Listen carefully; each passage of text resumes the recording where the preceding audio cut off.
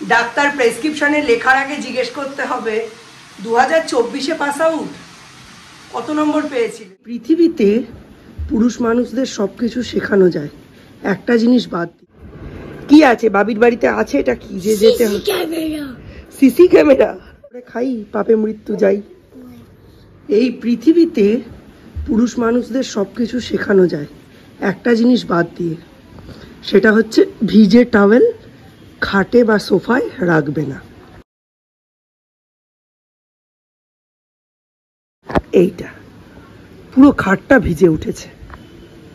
Welcome back to Jinia blogs. জিনিয়া ব্লগসের নতুন একটা ব্লগে তোমাদের সকলকে অনেক অনেক ওয়েলকাম। এখন বাজে প্রায় 10টা, এখন থেকেই নতুন একটা ব্লগ শুরু করছি।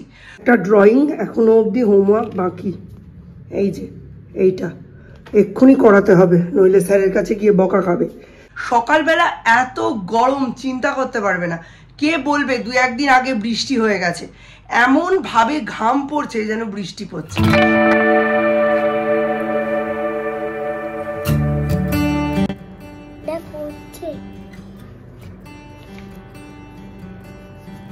আজকে সৌম্য গেছে পড়তে, ও পড়ে টোড়ে ফিরলে ওকে টিফিন দেবো।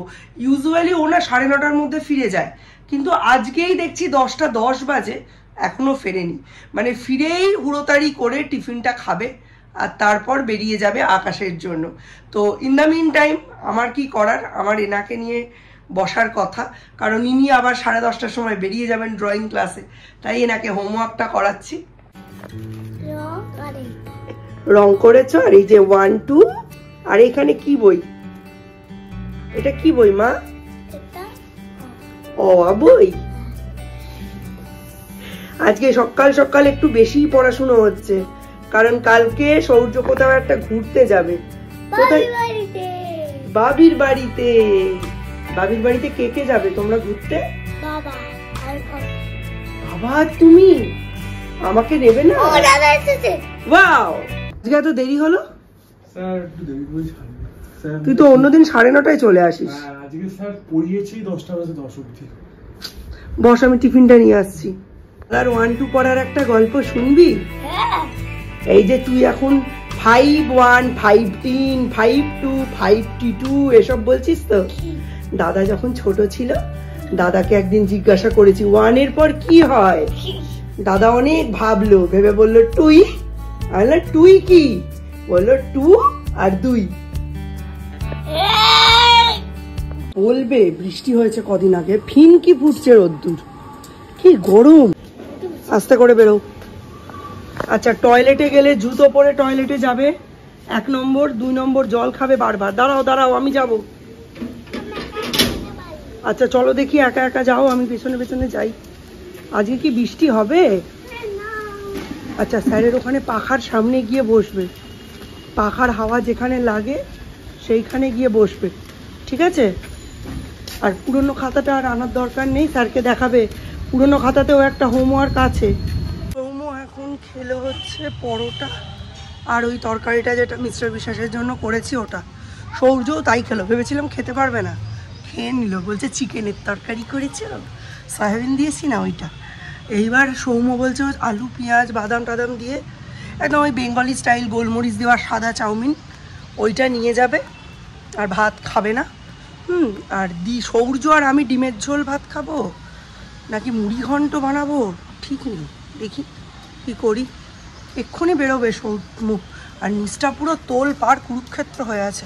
আজকে আকাশের কন্ডিশনটা ঠিক এই রকম, এখন একটা গুমোট ধরা পরিবেশ, মেঘও নেই, রোদ্দুরও নেই, বৃষ্টিও নেই। পিসির সাথে একটু গল্প করে এই ঢুকছি বাড়ি। এই দেখো ফোঁটা ফোঁটা বৃষ্টি পড়ছে। এখন বাজে 11টা, 12টা 20-তে বড়টা বেরোবে।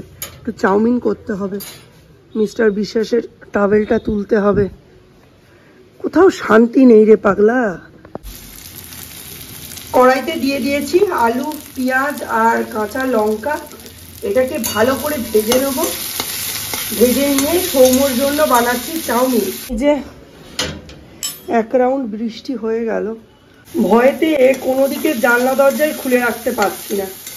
এই পাশে জঙ্গলে বেশ 2-3টে বেড়ালের বাচ্চা ঘুরে বেড়াচ্ছে, এই বৃষ্টিতে যদি বাড়ির ভেতর ঢুকে আসে খুব মুশকিল হয়ে যাবে।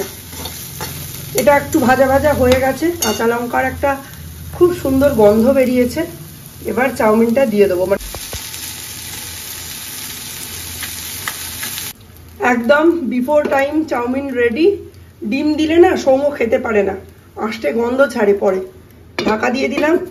এবার সৌর্যকে আনতে যাব। মাথাগুলো বের করে রেখেছি, ডিসিশন নিতে পারছি না কি রাঁধবো। মুড়ি ঘন্ট রাঁধবো না মাছের মাথা দিয়ে ডাল রাঁধবো।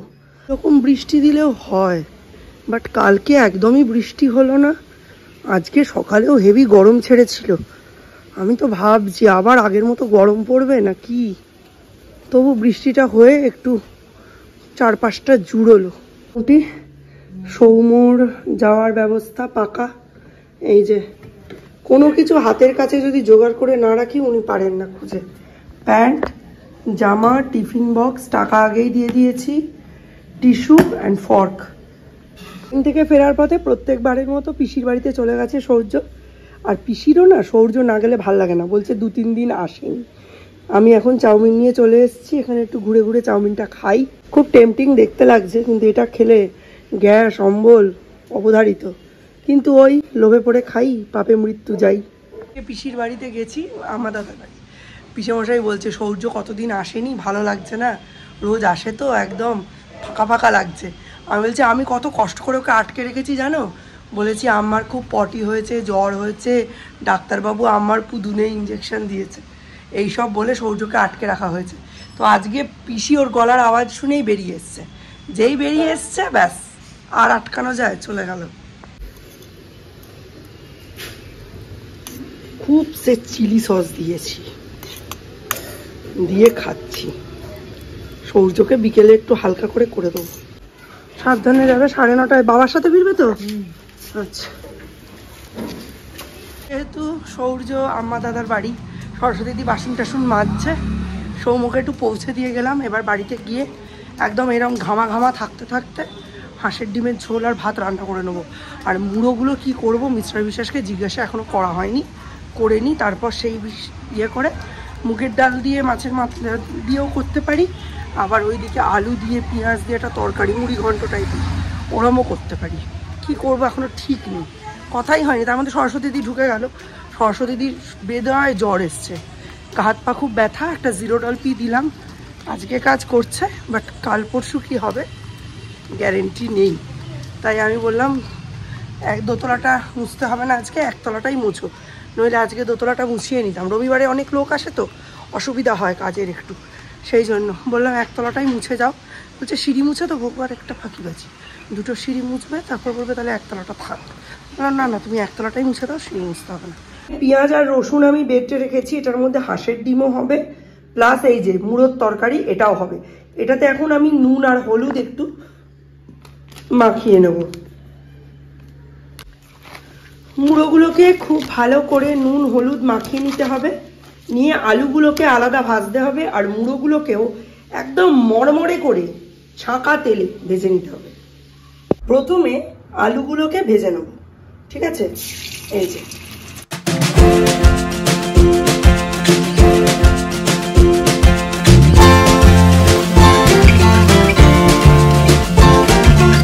নতুন রাঁধুনিদের জন্য বলে দিই, তেলে যখন ফেনা থাকবে মাছ দেবে না।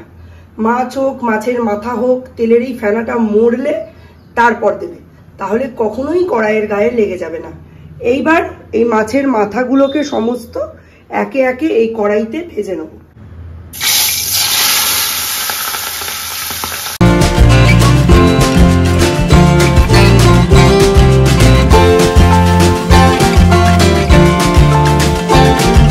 এর মধ্যে পেঁয়াজ রসুন বাটা দিয়েছি, দিচ্ছি আদা বাটা, দিয়ে দিলাম, দিচ্ছি টক দই, দিয়ে দিলাম নুন হলুদ আগেই দেওয়া, দিচ্ছি ধনে গুঁড়ো, দিয়ে দিলাম, দিচ্ছি জিরে গুঁড়ো, দিয়ে দিলাম, দিচ্ছি লঙ্কা গুঁড়ো খুব অল্প, ছোট্ট খাবে, এমনিতেই ডিমের ঝোলটাকে ঝাল করে ফেলেছি। হ্যাঁ, খুব অল্প করে দিলাম। হলো, এইবার এইটাকে খুব ভালো করে কষাতে হবে। আজকে বাংলা পক্ষের স্বাস্থ্য ভবন অভিযান, একটু আগে লাইভ টেলিকাস্ট দেখছিলাম। কোন পশ্চিমবঙ্গে বাস করছি আমরা, কোন ভারতে বাস করছি সেটা তো পরের কথা, কোন পশ্চিমবঙ্গে বাস করছি। এতদিন ছিল বিদেশি জাতি আর ভারতীয়, তারপর হলো বাঙালি আর অবাঙালি, এখন হচ্ছে হিন্দু আর বাঙালি, বাঙালি আর বিহারি, বাঙালি আর মুসলিম, বাঙালি আর শিখ, বাঙালি আর জৈন। একদিন পরে এমন একটা দিন আসতে চলেছে চোখের সামনে, ডাক্তার প্রেসক্রিপশনে লেখার আগে জিজ্ঞেস করতে হবে 2024-এ পাস আউট, কত নম্বর পেয়েছিলেন? 720-তে 720। ডিমের ঝোলটার রং দেখেই বোঝা যাচ্ছে প্রবল ঝাল করে ফেলেছি ডিমের ঝোলটা, আর কিছু করার নেই। সেই জন্য এটাকে একটু হালকা পাতলা রান্না করতে হবে। এইখানে এটা রান্না হচ্ছে, আর এখানে ভাত হাফ ডাল, পুরো মাংসের মতো কালার এসছে না? এইবার এর মধ্যে গরম জল আর কাঁচা লঙ্কা অ্যাড করলাম, করে এবার এটাকে ঢাকা দিয়ে ফুটতে দেবো। একদম মাখা মাখা শুকনো তেল ছেড়ে যাওয়া এই রকম একটা তরকারি রেডি হবে।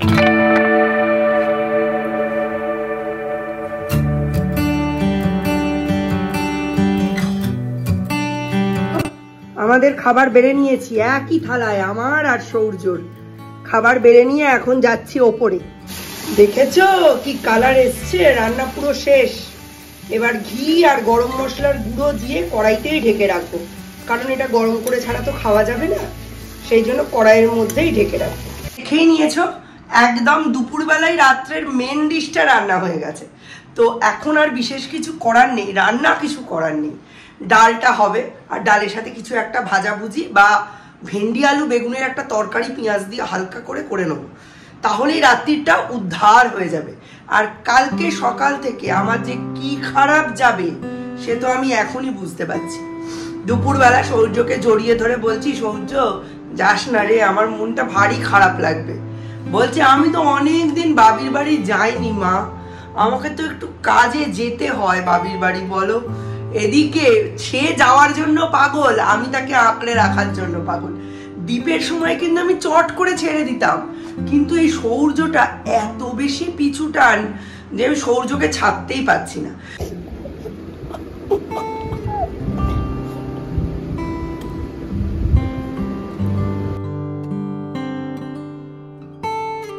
বাবির বাড়ি যাবে খুশি?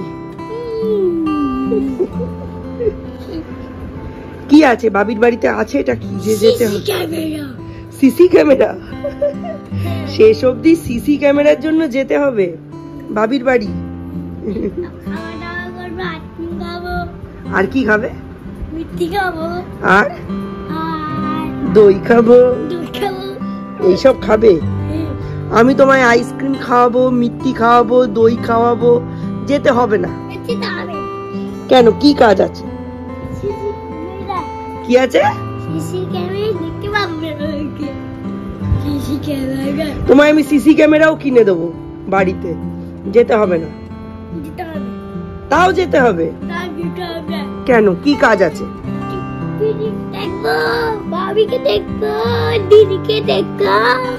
বুঝতেই পারছি ছেলেকে আর বাড়িতে আটকে রাখা যাবে না।